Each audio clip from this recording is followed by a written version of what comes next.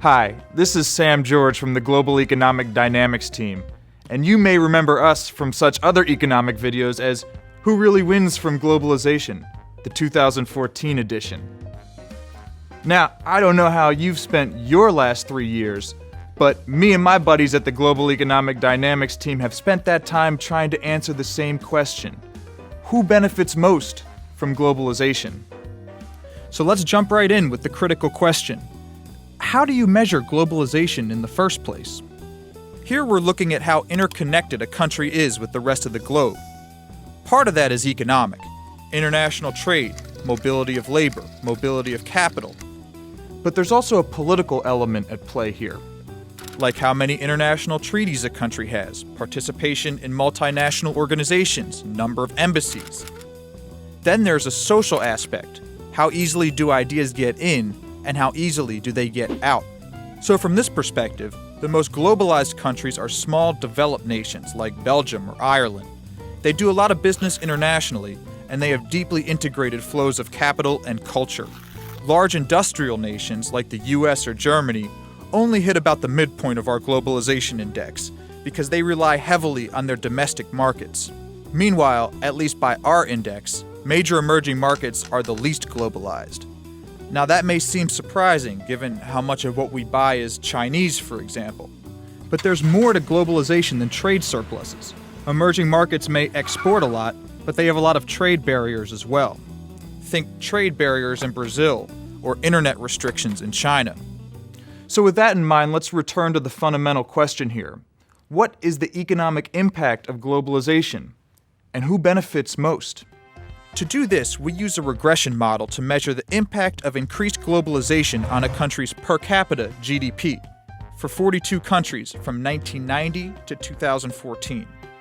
And overall, we found that an increase of 1 point on the globalization index led to a growth rate of real per capita GDP of around 0.3%.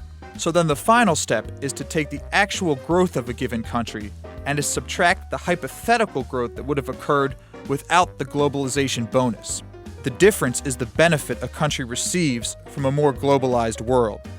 In other words, how much more cash per person is there in a country due to that country opening to the rest of the world? So for example, in Germany, real per capita GDP increased by 8,400 euros between 1990 and 2014.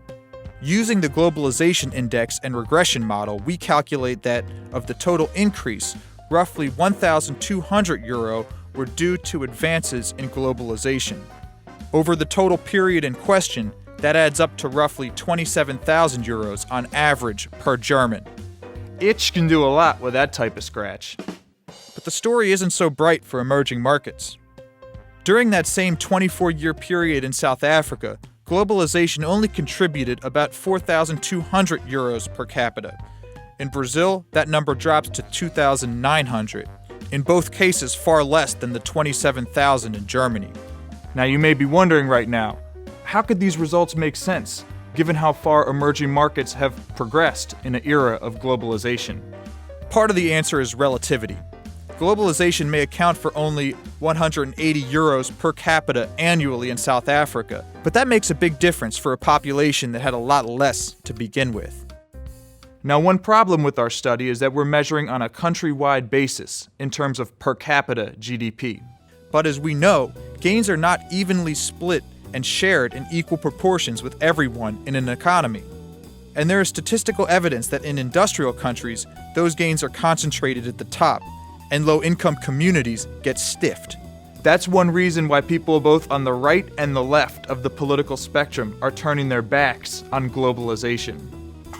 The thing is, there are policies that can help mitigate losses for those that lose out on globalization. For example, safety nets and job training programs for people currently in sectors that can't compete globally. This could be paid for by taxing the major winners of globalization. The problem is, we don't really do that. The US spends just 0.1% of GDP on things like job centers and trainings.